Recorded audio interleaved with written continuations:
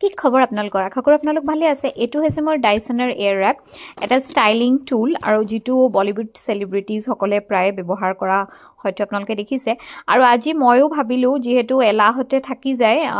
চুলি কাৰ্ল কৰা নহয় প্ৰায় ষ্ট্ৰেট কৰিয়ে থাকো গতিকে আজি অকনমান কাৰ্ল কৰিম আৰু কাৰ্ল কৰিবলৈ ইয়াত বিশেষ একো অসুবিধা নাই যেহেতু বতাহতে কাৰ্ল হয় চুলিখিনিৰ ওচৰলৈ লৈ আহিলে অটোমেটিক্যালি ই চুলিখিনি টানি আনে আৰু ৰোল হৈ যায় গতিকে খুব খৰকৈ কাৰ্ল হয় আৰু চুলিৰ ড্যামেজ বহুত কম হয়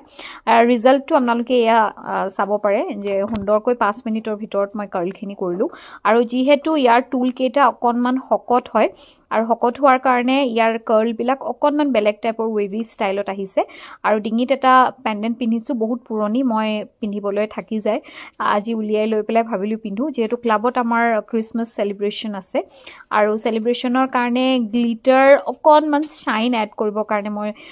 বুট